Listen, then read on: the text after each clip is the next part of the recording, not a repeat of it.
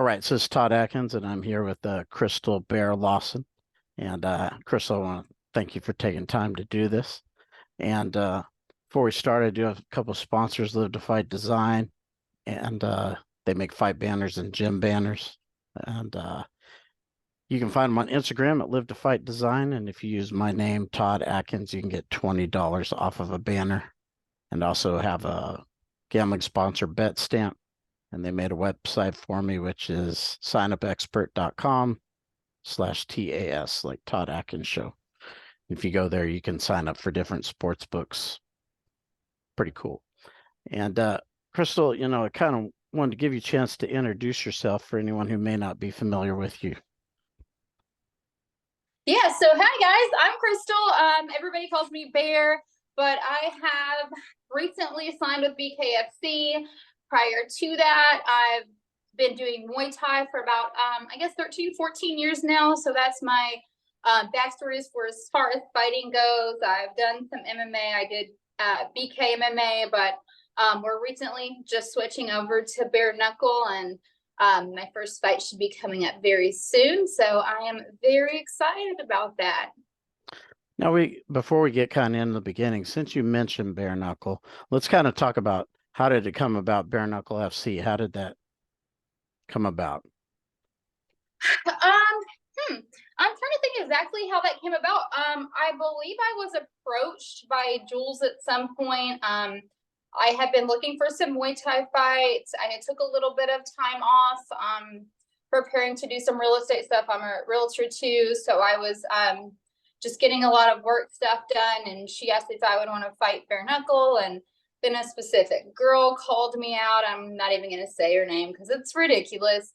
But so then they offered me a 3-fight deal, and that was about the end of last year. So I was supposed to fight last October. I hurt my hand, but I'm all healed up now, back to training. So yeah, it's a good opportunity. BKFC is the fastest growing sport right now, and it really is where it's at. And I like it because also, as we know, Muay Thai used to be fought with like ropes or bare knuckle technically anyway. So I just like the rawness of the sport and what it is. Now, for people who don't know, who's Jules? So good point. So Jules she is the female, she takes care of the females of BKFC. She kind of signs them on, get your fights going. I mean, you might have a management company, which I do. I'm with Jackson Week and Kevin Smith.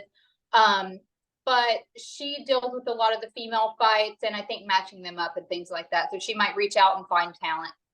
Do you know her last name? I think it just says Jules Bare Knuckle. I'm not sure. It's J-E.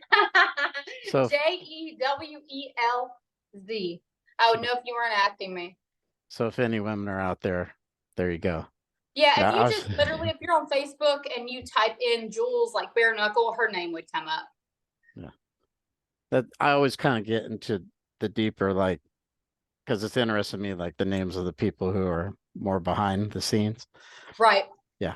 So yeah, she's good. Nate Shook is another right. matchmaker. Everybody knows Nate Shook. So if you ever, if you're somebody that wants to fight bare knuckle, that's something you want to do, you could always reach out to Nate. And then if you're a woman, he would probably transfer you over to Jules. Did she tell you how she found you or how she came across you? Or I think because I knew Nate. Nate had been around some of my fights in the Atlanta area or just through the years. And I think just like the connection there. So BKFC do they have a big presence in Atlanta? Not yet, but they're coming to Atlanta. So we don't have an exact date yet. Everything just got legalized in Georgia. So they will be coming from what we're hearing right now. It sounds like early spring. So we do not have a date or a venue yet, but it sounds like hopefully early spring. I'm hoping early spring. Okay. So let's kind of go to the beginning now. Before even training started, what was like the influence that got you even interested in martial arts, combat sports, whatever? Yeah, so I was my dad was pretty athletic. I was never overly athletic. You would find that hard to believe now. I tried cross country in school. I sucked. So for some reason, I should have done track because I can run really fast. So I should have done like sprinting, but I was too nervous. Um, so I had went to school for cosmetology. I was just like really scared to try different things when I was in school. I wasn't popular. I wasn't cool. I was whatever. But so I was just like, poor kid. Nobody really liked me. I didn't really have many friends. And I was just so scared to try everything. So as I got a little bit older, I started going to the gym, just like lifting weights, working out and stuff. Got my cosmetology license, got my aesthetic license, and I was also working in a gym around that same time as I was doing all of that stuff. And even though I liked what I was doing, I just wasn't like I wasn't really fulfilled. I'm someone who really has to be like happy on the inside. Like money doesn't mean everything to me, like experiences do and how I feel and like what actually makes me happy. And I'm an Aquarius and through and through. So I actually watched Master Tottie's documentary, Tough Girls at the time. And it's like as soon as I saw that show, it's the one. It was the first one, obviously, where like Gina Carano and everyone was on the show. I fell in love with it, and as I'm watching the show, and they're like elbowing the bag, and their elbows are bleeding and stuff, I knew right then that's what I wanted to do without having being like super athletic. Like I just knew, like I could just feel it. So I started calling around gyms the next day, and I had my first fight after about 6 months with a girl who had been training for probably about 2 years. I did great. I beat her. And then, so a few years after that, I actually got to go to Thailand and film for Master Tottie's show, which it never aired here in the US. But so that was just like a really cool experience that what actually got me involved in the sport, I got to go be a part of. So that was pretty cool. Now, how long were you in Thailand? About 5 weeks. Let's talk about that. So maybe talk about when you first got there, maybe some of the impressions that you remember, things in your head that you Yeah. So it was nothing at all what I expected. Mainly, I'll talk about the Thailand aspect, but then also just about it being reality TV, right? I think so many people don't realize that what we see on reality TV is not real. I was so excited to train with Master Toddy and train at this gym and get to train with these incredible fighters. At this point, I've been training for a couple of years. I've had several fights, and this just seems like the opportunity of a lifetime to me, right? And flying there was just surreal. You get in your taxi and they drive crazy. You're going so fast. Taxi drivers are insane. You're going like 100 miles an hour.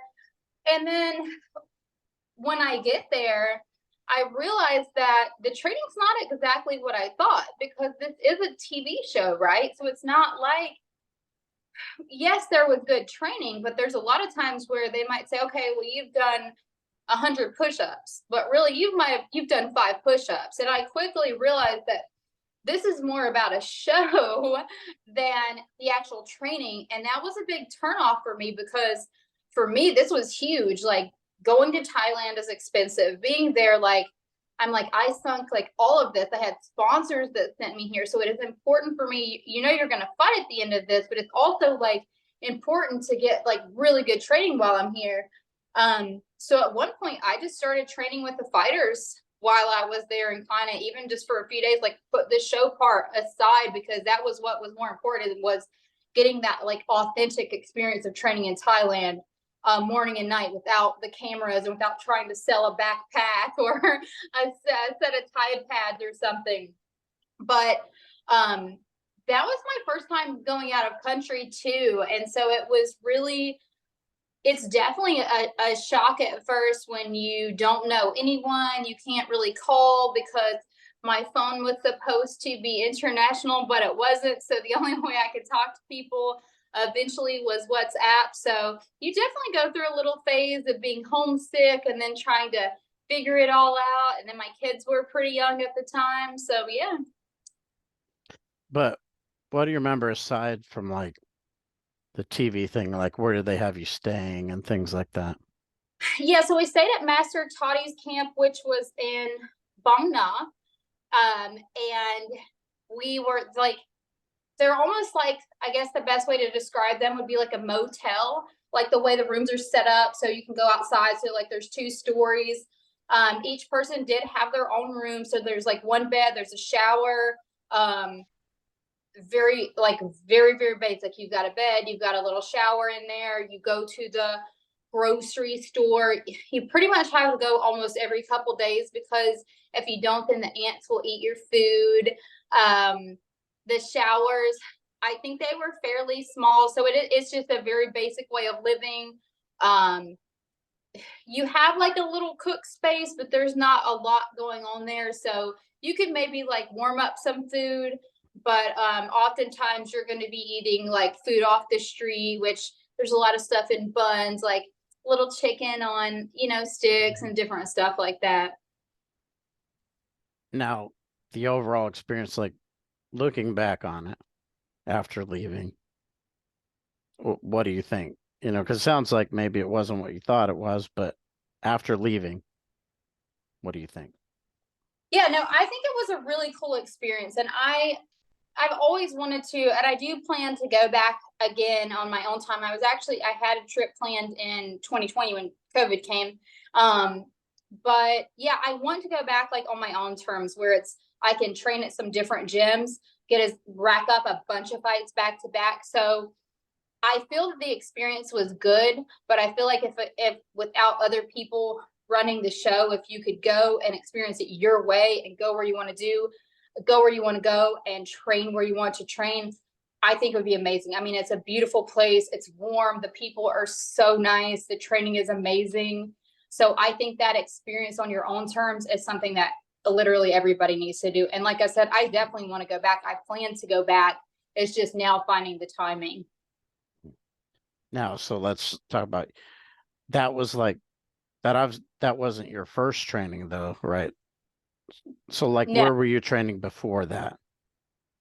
Before that, I was training here in Atlanta. I actually lived in North Carolina. I trained at a gym in North Carolina, but my coach was also from Atlanta. So I would drive back and forth when Knuckle Up was in Atlanta. I would train there, drive back to North Carolina. My coach would come to me every weekend. And then my coach in North Carolina was Arjan Rick Davis, who passed away a few years ago. But I would drive back and forth between Atlanta and here, or Atlanta and North Carolina, and train. Now, before we stop talking about the show, like how'd you get on the show? They had posted something online, and I just went and filled out the application. I'm sure there was like a question. Gosh, it's been so long ago. I'm sure there was some kind of questionnaire where you had to say like why you wanted to be on there, and I probably said a lot of fun things about myself or something. And yeah, I was really surprised. I got a call back, or an email. It was an email actually. I think a few weeks later, and I was just like, wow, this is just insane. It was such a crazy feeling seeing that email. But did you have to go like interview or anything, or how did it No, work? so they call you, you do everything online. You filled everything out. I think they do end up calling you. Like I said, this has been a minute.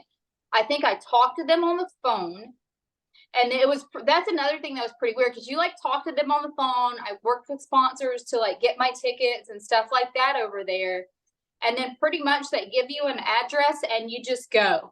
There wasn't a lot to it. Like you send in videos of you training, pictures, talk about yourself. I remember, I think, talking to someone on the phone, and you might have had a number to like the lady in Master Toddy's office, but there wasn't a lot of like communication back and forth, because I mean, we had cell phones. It seems like an eternity ago, right? But like we had cell phones, but most of this was done via email, and then you just go and then figure out where you're going to go. I remember like I had it written down on a piece of paper to give the cab driver like where to be dropped off, and I'm just thinking like, I hope this is the right place. Yeah, I mean, so it's kind of like who can get themselves here. If they can get here, well, is Right, that you can get here, you can have this opportunity, figure it out, oh, here you okay.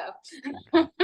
And what happened on the show? Like, who do you remember? Like, was there people on the show that you recall or who are well known Yeah, now? Or there were several of us on the show. A few girls. Let me try and remember a few names that were out there who have actually done well since the show. Not necessarily with Muay Thai. Paulina Granados, who does MMA. I think she's still active. She was there. Um, Carmela Bellarosa. Her boyfriend owns Vision Quest Muay Thai in New York. She ended up being a really good friend of mine.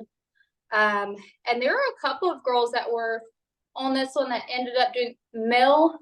I don't remember Mel's last name. I'd have to look up these girls' names, but yeah, there were a few girls that ended up doing pretty well. Not necessarily in Muay Thai, but mainly switching over to MMA because obviously that's kind of what everything's went to now. so after the show, you kind of go back to where you were training before, Mhm. and how long were you doing that before you started like really competing? I literally started really competing after I think it was probably around 2010, 2009 or 10. So after my first 6 months of training, I just continued to compete ever since. I just literally never stopped. Right, and like how many fights do you have overall? Because like we were talking offline, it's kind of difficult to because I saw Yeah, some fights that are on your record here, some that are on your record here, blah blah blah. yeah, I mean, I've got close to 40 something fights now. Mm. Yeah, so but mostly those are Muay Thai. So like you're saying, they're a little bit harder to find. Um, I've done a few MMA fights. I did the one bare knuckle MMA fight. I've never done just like a straight boxing match. So that's why BKFC will be cool. But my love has always been Muay Thai, and I would plan to have a lot more fights. It's just a little bit harder. I weigh 115, but I'm actually a smaller 115, so it's a little bit harder sometimes with the girls at a lighter weight. But right now, 115s are getting a higher amount of girls to fight. Now most of these like the Muay Thai fights was on the U.S. circuit. Yes. Mm-hmm. Okay. Now for people who are not like big into Muay Thai, obviously, maybe talk about the U.S. circuit, kind of what your experiences with it are, because you weren't really fighting in the Thai circuit a lot, so it's hard to compare the two, but you probably have knowledge of it. So, from the outside looking in, maybe tell people kind of or what you think of the U.S. Muay Thai circuit, because Muay Thai is still not very popular, even though it has been around a long time in the U.S. Yeah, I mean, there's a few promotions that had really good runs, and you know, Muay Thai has never gotten big in the US, but the difference is here our judges aren't quite as good. Now you do have some good shows like up north, like Warriors Cup is good. Lion Fight was a good one for a little bit.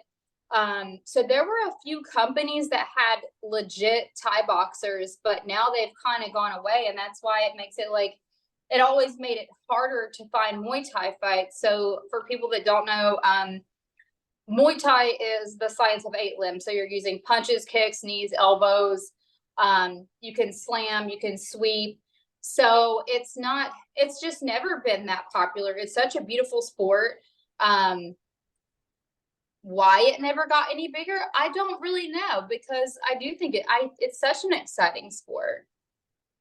But as far as, I mean, it is a national sport of Thailand, but yeah, it never got that big in the States. So that it did make it a lot harder to find fights. If you're not in like a really big organization, or if you're not in one of those companies, you're just going to go and you might get a fight here or there fighting one of their local people. But it just never got that big here.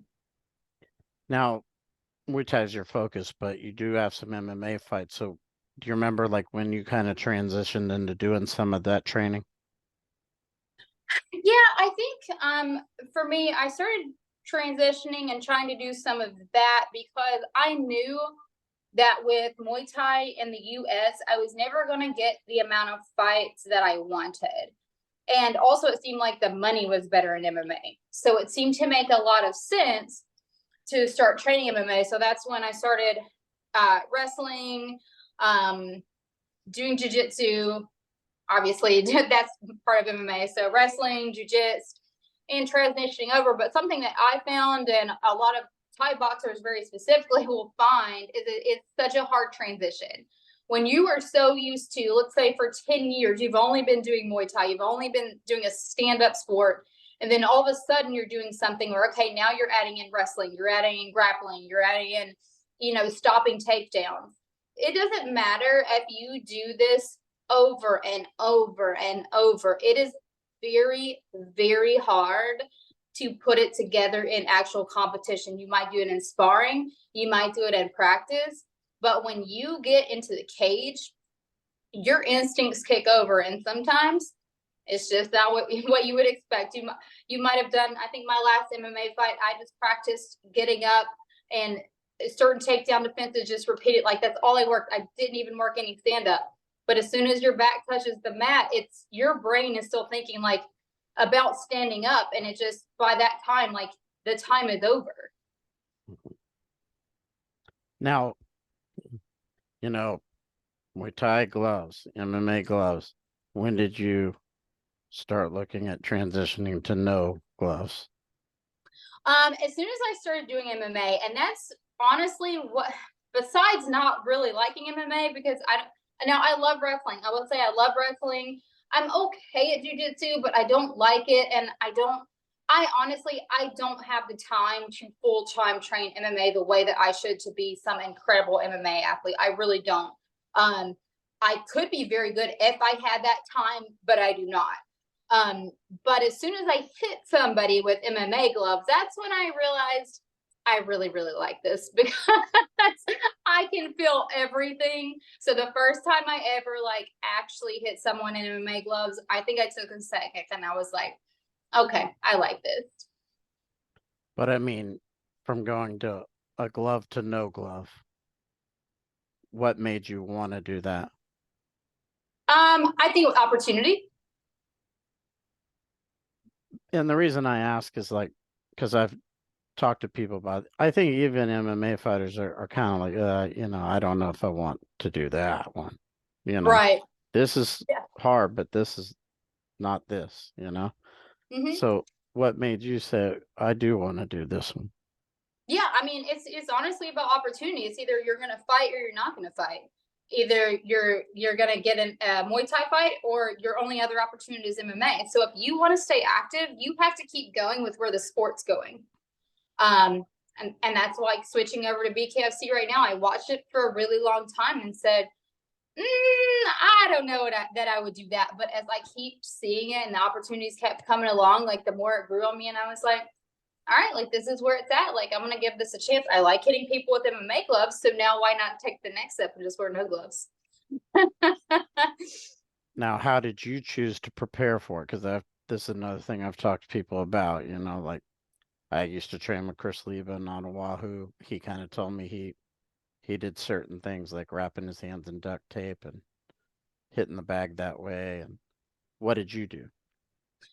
I think everybody has a really a different perspective on this. You're probably going to hear something different from everybody. I have heard that. You will hear people taking what is it, the wood boards where you could just hit your knuckles on them.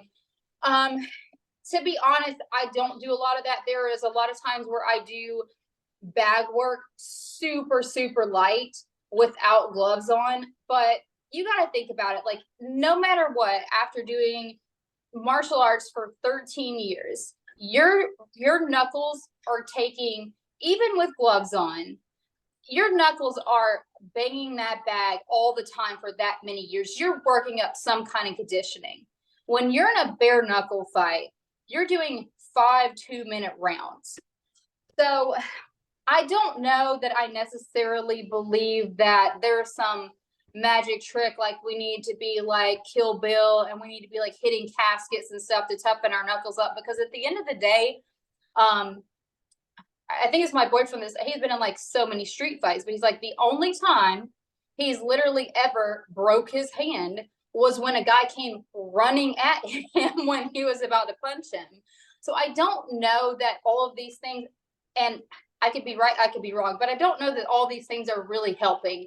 I think that over the years, just conditioning your knuckles, boxing, doing the sport in general, maybe doing bag work without it. I don't know that we need to be doing all this stuff, because I think when I very first started getting prepared for BK MMA, I was doing a lot of bag work with just tape on my hands, but I was leaving practice every day. My knuckles were bruised that I'm having to take several days where I'm just having to care for myself. And that's not really helping me in the fight. So I don't really know that any of that stuff's necessary. I think it's just all an idea, and everybody's just trying to like come up with what's right to make it work right now. So what about the range? Like this is another thing he told me. Hmm. When you're wearing the glove and no glove, it's like he felt even MMA to no glove, it's might even be more substantial than when he's wearing a boxing glove. Like you throw a punch with the MMA glove, but without the glove, you miss it entirely. So Yeah, how did you deal with that? yeah, I agree with that. And I do think that's why it is important, even if you're just even when you're just working the bag, like I said, just super light. I'm not saying like you need to be banging the bag, but just work on times when you are literally just touching the bag, seeing where your distance is, see how your punches are coming off different than where you have boxing gloves on. Because yeah, there's a difference. There is a difference between an MMA glove, even having your hands taped, versus with BK, how we're taped up here. Yeah, there's definitely a little bit of range distance where it could be this much and it could mean getting the shot off or not. So I completely agree with that. But what's the challenge for sparring? Like how did you do your sparring? Because it's difficult. If you're sparring without the gloves on, you could cut yourself up. So how do you deal with the range when you're doing your sparring and stuff? Yeah, so that's a little bit tricky because obviously I spar with a lot of guys, and it's all about really like you're not sparring harder for this type of thing. It's Mhm. really about working. It's kind of like with jujitsu, like working your skill set, right? So there might be times when I'm just maybe taping my hands and working light with people, more like finding my range. You're not going to be hard sparring with your partners with no gloves on, because yeah, that would just be a complete recipe for disaster. No, I mean when you're sparring, are you wearing a puffy glove? Or are you doing like open hand? How are you sparring? Yeah, during sparring, yeah, I'm wearing gloves. Yeah, absolutely. Like the Every once in a while, I will not wear gloves, but it's never hard sparring. so you're just like tapping without no Yes, glove. Okay. absolutely. But even then, like you could, Yeah, like actually. you have to have a partner who's got on headgear. Um, somebody very controlled. It has to be two people that really trust each other. I literally only do that with training partners that I've been training with for quite a while. I would never, and it's almost like shadow boxing with a person. I would never just do that with some random person who's like, hey, let's spar today. Yeah, just that's a no. Now, I saw you like you competed in Glory, you compete in like Game Bread, I saw. Like Mm. maybe talk about Glory a little bit because Glory's a pretty popular promotion, but now it's kind of It's gone away. gone. Yeah, it disappeared. But maybe talk about, fighting in that event and that promotion. Yeah, so Glory was awesome. It was a great opportunity. I was originally supposed to fight Becca Irwin that year, and then she had got into a car accident, and so she couldn't fight. And then when we went to get rematched, then I got injured. And then I think she wasn't fighting for whatever reason. So then that's when I had got matched with Elaine. And as we know, Elaine is a giant. She's awesome. She's really cool. But the whole experience with Glory was great. When you want to talk about a top class promotion, like Glory was where it's at. From you walk in. I remember walking into like the boardroom. They give you your per diem money. You're sitting down at a table. They're like, how many energy drinks do you want? And like when you walk in, you just kind of know like you've made it, right? Um, so then the event itself, I mean, it was a little different just because there's so much media. You have a very specific, that's why your corners are important, because you have a very specific itinerary that you're going by. I'm sure UFC probably does very similar. But it's this time you got to be here. This time you're doing photos. This time you're doing this interview. Even when you're warming up in the back, they might pull you out to do an interview. So that was something that was being on such a huge show was something that it's about you paying attention to what's happening in the fight and not letting anything around you get in your head, or maybe pay attention to the fights happening. But that show was unbelievable. They put on an incredible show. I like to relate that to people talk a lot about fighting, and Boston is like being under the lights. When you stepped in that glory ring, the boxing lights and the event that they put on was so like huge and over the top that you literally you feel the heat from the lights. It's something that I feel like you could only experience in that ring. So it was literally the most incredible experience. My fight wasn't very good. But outside of that, the experience with Glory, like they're a top-notch show. And when COVID happened, they went overseas, and probably financially it just made more sense for them to stay over there, and they just never came back. Yeah. Now, Game Bred, kind of still fairly new. So kind of talk about fighting in that one. Yeah, so Game Bred, I was the second female to fight for Game Bred. That was another cool one. That was in Biloxi, Mississippi. So Game Bred was a little more laid back. Game Bred was cool because everybody there was very exciting energy, very new. I had a little bit of a harder weight cut for that one, but I made weight. But yeah, that show, because BK MMA, this was like their second card. It was very new. So it wasn't even like how BK has your hands, and I know they've changed things now, but like how the hand taping is specific. We had like gauze wrapped around our hands. And I remember some random guy in the back, like wrapping my hands. He smelled like cigarette smoke. I don't know where he came from. He taped my hands up. The guy said, "She's good."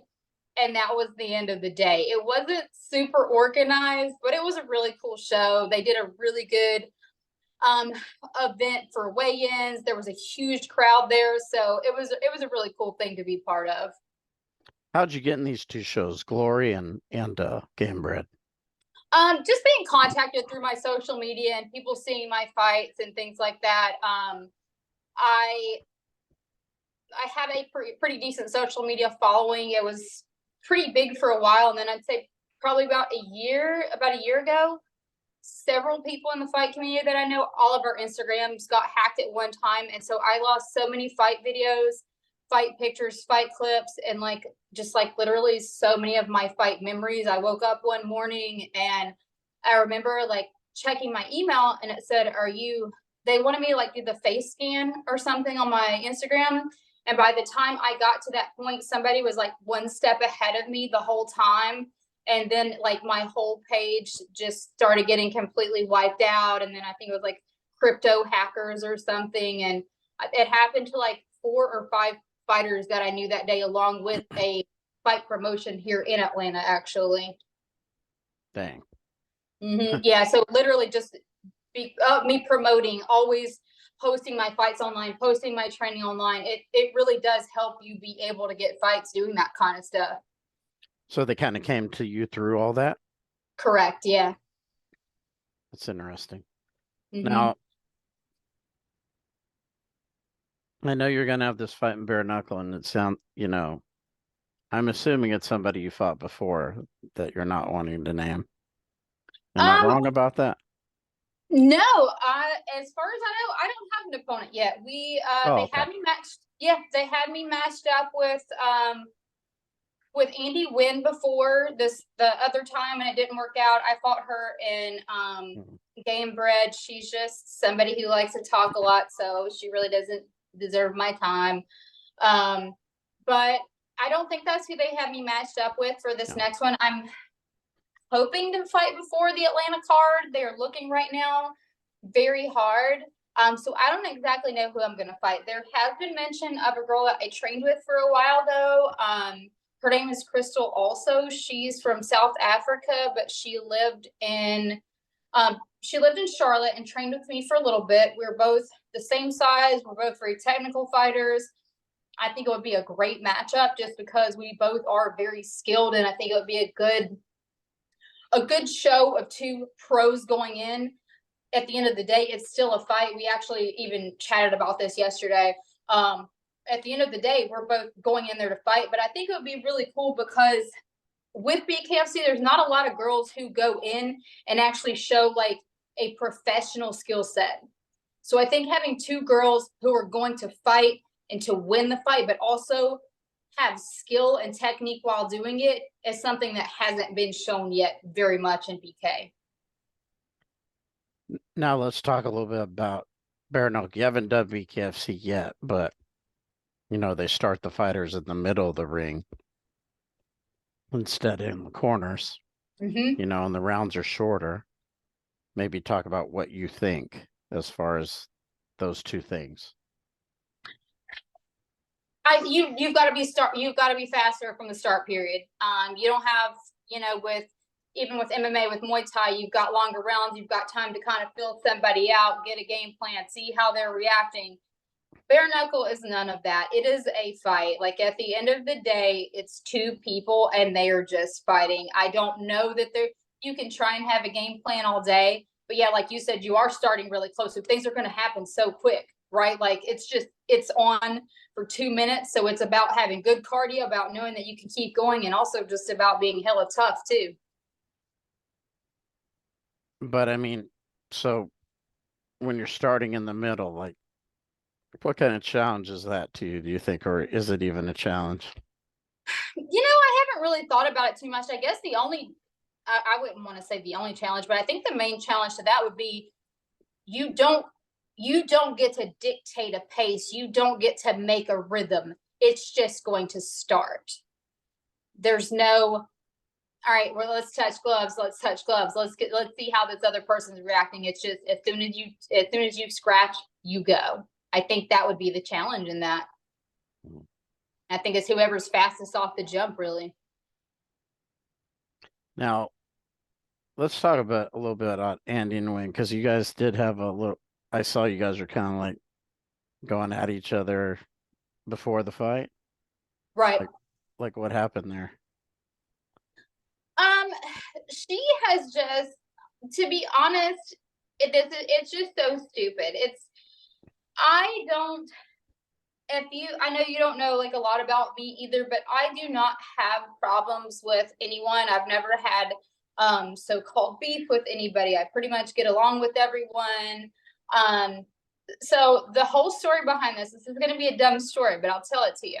So the whole story behind this is I was in, my friend Ashley Greenway is part of this story too. So I was in Atlanta doing a photo shoot for a boxing magazine. Andy Wynn was also doing that same magazine. I think it was called Ring of Dreams. And we had actually okay, let me start the story back. Let me go back a little bit. I had an MMA fight years ago in South Carolina. Andy Wynn was at that fight. She was not fighting yet at that time. After the fight, she came up to me and she was like, "Oh my gosh, that was the coolest thing I've ever seen. I want to be a fighter too." Andy Wynn, she will never tell anybody this, but she actually started fighting because of me. She started talking to me. We became really good friends. We talked all the time. We would message back and forth on Facebook. Like we actually genuinely liked each other. So that's how that story actually started. She will never tell anybody that. So then a little while later, I go to this photo shoot in Atlanta and Andy's there. Well, she's drinking like, you know, those little like wine bottles that are small, like the travel bottles or whatever. She's drinking a lot of the wine bottles there. I was talking to like Ashley on the phone. I can't remember if it was like a video chat or something. Well, it wasn't a big deal. At the end of when I got ready to leave, because I had wrecked my car on the way to the photo shoot. So when I got ready to leave, Andy had been drinking all day long, like to the point she was very intoxicated. And she kept saying, "Let me give you a ride. Let me give you a ride." I said, "No, I'm going to drive myself." I called my boyfriend. I said, "Hey, can you call someone to come and get me?" Andy is literally chasing me out the front door of this hotel, very drunk, begging to drive me home. I said, no, I'm not going to let you drive me. I have a ride coming. So after that, I left, didn't think anything of it. A few days later, she starts calling Ashley Greenway, calling me. She's saying that I told Ashley Greenway her game plan because those two were about to fight. I didn't tell anybody anything. Andy Wynn doesn't even have a game plan. She still fights exactly like she did 15 years ago. She's the same fighter. She doesn't even have a game plan. But the moral of the story is I didn't say anything, but her story is that I went and told Ashley Greenway her game plan. Never happened. That totally didn't happen. So then Ashley Greenway, Andy starts calling me. She starts sending me nasty texts, nasty messages. She's threatening my family. She's talking about my kids. She's talking about she hopes my house burns down, that my children die. She talks about like how ugly I am. She is the most malicious, hateful, disgusting person that I have ever had to be involved with. Like, I've never had someone treat me or speak to me that way. And even after that, years down the road, I sent her a message and I said, hey, this has been going on for way too long. And she'll still you'll see her talking online and for no reason. And I was like, we just need to crush this because there's no reason behind any of this. And when I did that, same thing from Andy was her just sending me very malicious texts saying the same just disgusting things. So but that's why she hates me. That's why there's a problem. And it's really because of no problem at all. It's so silly. Yeah. It's hard to understand. Yeah, well, it's hard for me to understand because it's so dumb. I don't understand why someone would be upset over and hold on to something for so long. Like if nobody actually did anything to you, it's hard for me to comprehend. I don't get it. I don't know why you're so mad. Why do you hate me so much? I don't know. But was it difficult going in the fight knowing that you kind of had this animosity? I think I thought that it was going to be at first because I knew that she was going to talk a lot of trash online and stuff like that. So I knew that I would have to be sure and be on my A game because that would probably be stressful because I'm not really a trash talker. I just go to fight and that's it. But no, I think that it was good for me because having to fight someone that I knew had actually treated me like that. No, I don't. I think that it was actually positive. It was an MMA fight, so I sucked. But besides that, no, I actually think mentally it was good for me. And then after the fight, it still wasn't, you guys still weren't able to. No, she just doesn't stop. Everything I do, this girl, any fight promotion I've went to, she will go to. If she finds out I've got to fight for BK, she'll say, oh, I want to fight Crystal. If she finds out I got to fight for Lion Fight, she's going to call them. She's going to say, oh, I want to fight for them. No matter what I do, it's if she could be my doppelganger, she would. She literally follows me and stalks me. I don't know if she wants to become me and eat my skin. I don't know. It is so ridiculous that I don't understand the obsession. It's unhealthy and it's weird, really.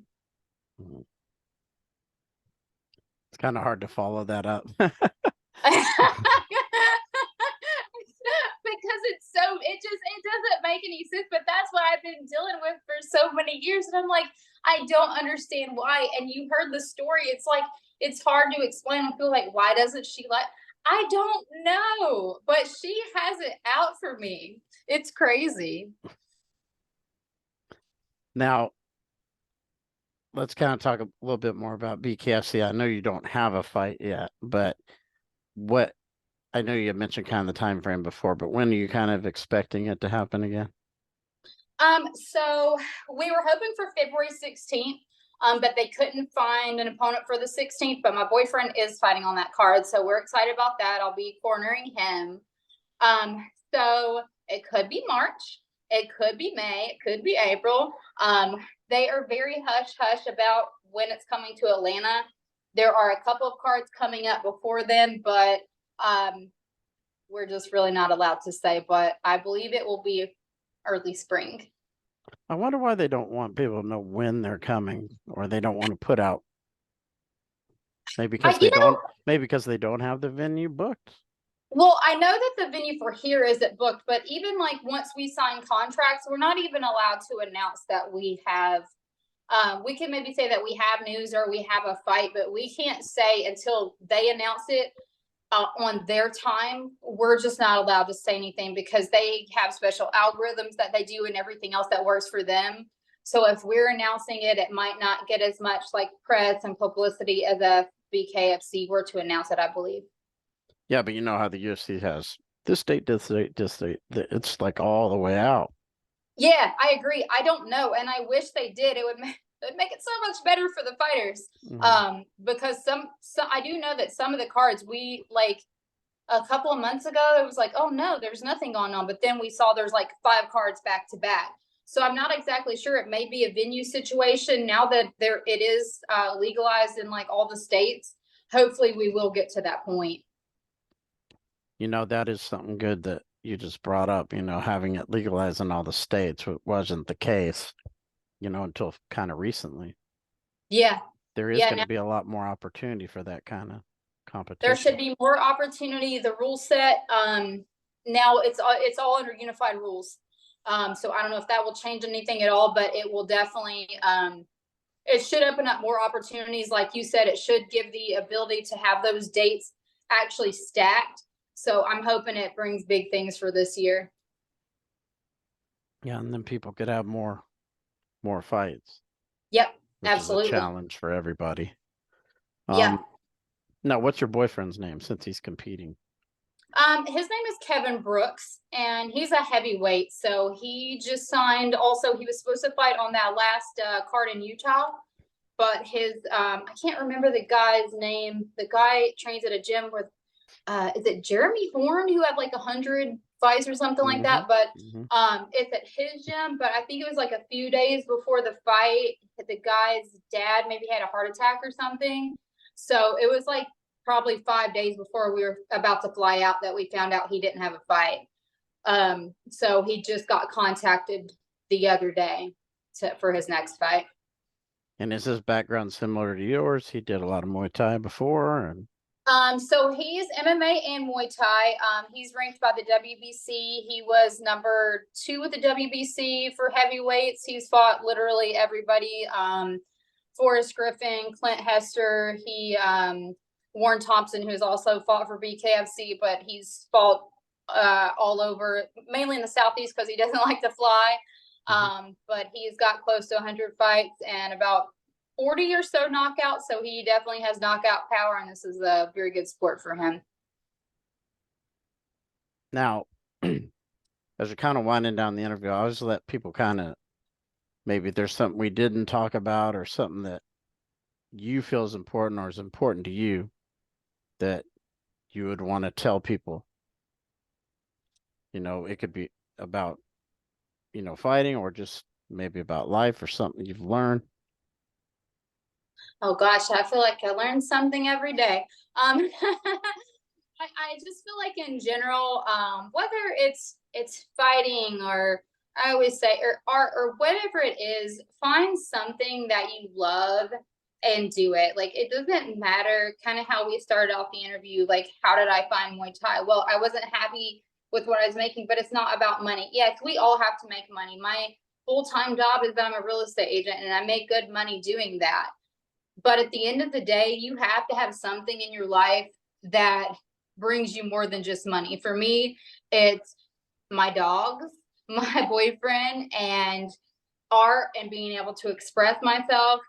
So just find something that you love and do that. It doesn't matter like if it's bringing you money, like have something more in your life besides just working, just living to work. Just you have to like get the most out of your life. We're only here for a short period of time, and we even talk about like with the dogs, I have 3 dogs, but they have such short little lives, right? Like they live like 13 years, but they're the best things in the world. So sometimes we let our dogs do things that maybe they shouldn't do, but they're our best friends for 13 years, maybe. So it's like find something that you love, no matter what it is, and do that. Don't spend your whole entire life just working some job that you hate. Like find something that you really love, whether it's fighting or yoga or art or working on cars or working in the yard. It doesn't matter. Just find something you do. Be good to other people. Be good to yourself. Take care of yourself. I'm just a huge advocate for just trying. That was my dog. For just being healthy in general. I'm not saying that everybody in the world needs to, like be thin, but try your best to take care of yourself, eat healthy, get outside, eat naturally, like eat as much organic as you can. Just like take care of yourself so that you can live a long life, Yeah, dogs may have a short life, but their life's like better than ours. They're like retired the entire time, they don't have to do anything that they really don't want to do most of the time. That's a good point. That is a very, very good point. They Yeah, just, I literally take my dog everywhere. Beast is 3 years old. That's Oni behind me, but he is trained to do everything. So he goes to fights with me. He'll probably go to like my BKFC weigh-ins. Like oh, God. he literally goes everywhere. He is amazing. He's the best. But it doesn't get disturbed when it's at these around all these No, so people. he's service dog trained and everything. That's another thing that I've done is dog training. So he's been through every kind of training you can imagine. So Beef, when I go show homes, he goes with me. If I'm going to an investment property and I feel like a little like sketched out about it, I'll have him go walk the house. So yeah, he goes everywhere. He'll run towards fireworks if he hears them. So he does not mind stuff like that. He doesn't like people that he knows, like if they're yelling or if like there's a neighbor, if he thinks that he's in trouble. But no, he doesn't mind stuff like that. What kind of dog is that? He's an American Staffordshire Terrier. Pretty big, huh? No, he's smaller. I don't know where he is. He's sleeping upstairs. He's 45 pounds. And then he has a little sister who's American Staffordshire and American Pit Bull. So I'll breed those two because his mom passed away, and so I didn't want his bloodline to die, because since his mom died, you don't find many staffies that are his weight anymore. I mean, he's a true Staffordshire Terrier, what they should be, very athletic. Like he runs with me, he does sprints with me. I'm outside shadowboxing or doing bag work in the garage, he has like a ball and he's working on it. So he exercises like the same as a person. So I'll breed those two and they will make the best puppies. Now, I know your social media kind of got hacked, so you're having to build it back up. Where can people find you that are wanting to get interested in seeing your stuff? Yes. So my Instagram and my TikTok are Nightmare of Bear. And then my Facebook is just Crystal Bear Lawson. And I do the YouTube sometimes, but not really. I need to get better. So mainly I just do Insta and TikTok. And what do you feel like the feedback or when you use them, what's most useful to you think? Honestly, I feel like Instagram, because I feel like it's more local people. Like TikTok is fun because you can make a lot of videos and put music behind it and stuff, and I have like a decent amount of followers on there, but I just don't know like if you get the traction that you get on other platforms. I have a TikTok for my real estate page as well, which is just Bear Realtor. And I think it's good. And like I said, it's fun to make. And people ask a lot of questions, but do I know if you actually get the same traction from TikTok and organic following and feedback like you do on Facebook or Instagram? I don't really think so. Not yet, not right now. I don't think so. I think we're still in Instagram time right now. Especially for MMA community. Yeah. Yeah. It's not really. I think Instagram's more popular. Yeah, I agree with that. And doing like reels and stuff like that, pictures, people still do, but people like video content and stuff right now. Yeah. Well, Crystal, again, I want to say I appreciate you taking the time to do this. It was great meeting you and talking to you about all your fights and, kind of your journey through all this. And, you know, looking forward to seeing the bare knuckle, whenever that comes about. And yeah, Very soon. I'd love to have you back on sometime when you do some of this stuff. And yeah, for anyone who's watching this, check out Crystal and Bare Knuckle. And until next time, take care. Bye.